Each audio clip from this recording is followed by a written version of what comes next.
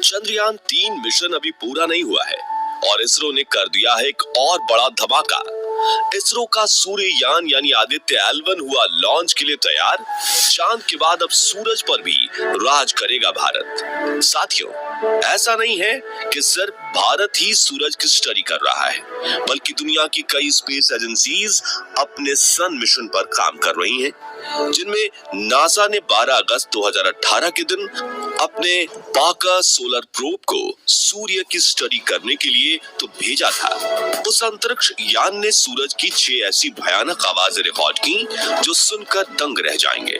दोस्तों, in record की गई आवाजों को आप सुनना चाहते हैं तो वीडियो के एंड स्क्रीन पर दिए गए लिंक से सुन सकते हैं। जैसा कि आप सब लोग जानते ही हैं कि भारत का चंद्रयान-3 चांद के दक्षिणी ध्रुव में सुरक्षित रूप से लैंड कर चुका है और इसरो वैज्ञानिक विक्रम लैंडर व प्रज्ञान रोवर की मदद से चांद की अंधेरी दुनिया के रहस्यों को सुलझाने में लगे हुए हैं। अभी हम लोगों के दिमाग से चंद्रयान-3 की सफलता का खुमार भी नहीं उतरा कि इसरो ने अपने अगले मिशन लॉन्च करने की तैयारी कर ली है। जी हाँ दोस्तों, इस वक्त इसरो के वैज्ञानिक पूरी तरह जोश में आ चुके हैं और उनका प्लान एक के बाद एक मिशन लॉन्च करने का है।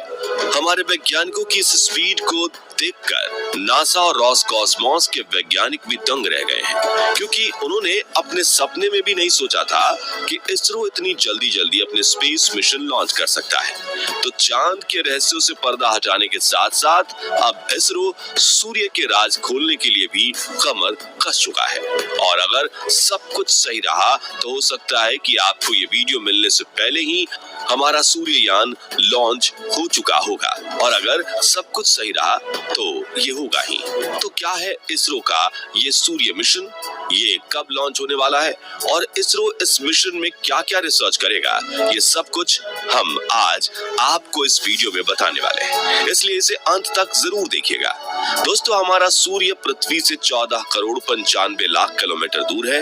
ये इतनी ज्यादा दूरी है कि लाइट को भी सूर्य से पृथ्वी तक पहुंचने में 8 मिनट 20 सेकंड का समय लग जाता है। पृथ्वी से सूर्य और चंद्रमा दोनों लगभग एक ही आकार के दिखाई देते हैं, लेकिन हकीकत में इनका साइज एक जैसा बिल्कुल भी नहीं है। आप ये जानकर हैरान रह जाएंगे कि सूर्य का व्यास हमारे पृथ्वी से 109 गुना बड़ा है। या यूं कहें कि सूरज का आकार इतना बड़ा है कि एक सूर्य के अंदर 13 लाख पृथ्वी समा सकती है। यह पृथ्वी से चांद के जितना छोटा सिर्फ इसलिए दिखाई देता है क्योंकि चंद्रमा के मुकाबले ये हमारे पृथ्वी से काफी ज्यादा दूर है।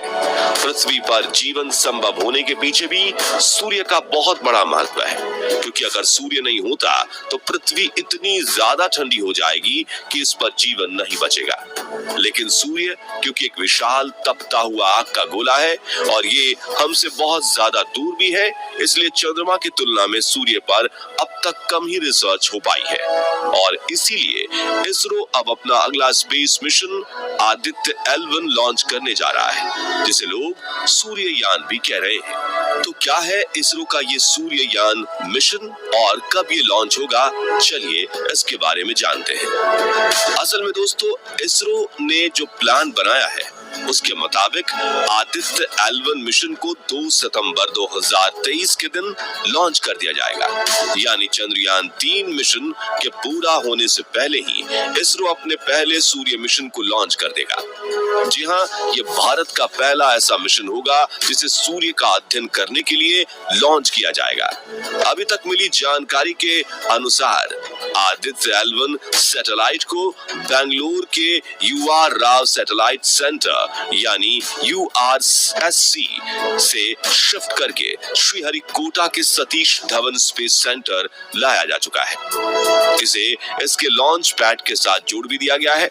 मिशन के बारे में ये जानकारी इसरो के अहमदाबाद के director of space applications Nilesh Desai ने एक इंटरव्यू के दौरान दी है। जैसा कि हमने आपको बताया, ये एक सैटेलाइट मिशन होने वाला है, यानी इसमें चंद्रयान-3 की तरह कोई लैंडर या रोवर को सूर्य पर नहीं उतारा जाएगा। क्योंकि ऐसा संभव नहीं है।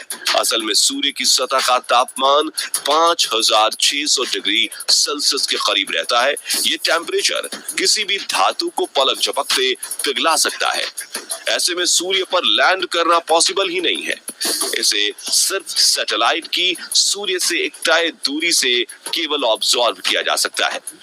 यही काम इसरो अपने आदित्य L1 मिशन में करने वाला है।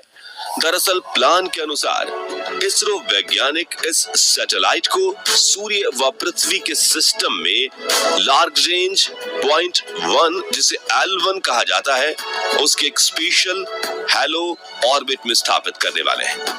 ये एक ऐसा ऑर्बिटल पॉइंट है जहां से सूर्य को ऑब्जर्व करने में आदित्य L1 को कोई भी चीज परेशान नहीं करेगी। यहाँ हमारे सूर्ययान और सूर्य के बीच सौरमंडल का कोई ग्रह, किसी ग्रह की परछाई या दूसरी कोई भी स्पेस ऑब्जेक्ट नहीं आएगा और हमारा यान जब तक चाहे तब तक लगातार सूर्य पर रिसर्च करेगा। आपको बता दें कि L1 नाम का ये पॉइंट पृथ्वी से करीब 15 लाख किलोमीटर दूर है और यहाँ सिर्फ पहुंचने में ही आदित्य L1 को तकरीबन 4 महीने का समय लग जाएगा। इसके बाद ये 5 साल 3 महीने तक सूर्य का अध्ययन करेगा।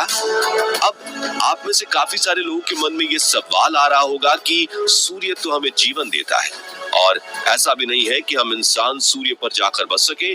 फिर इसरो मिशन में ऐसा क्या खोजने की कोशिश कर रहा है जो हम इंसानों को मालूम नहीं है।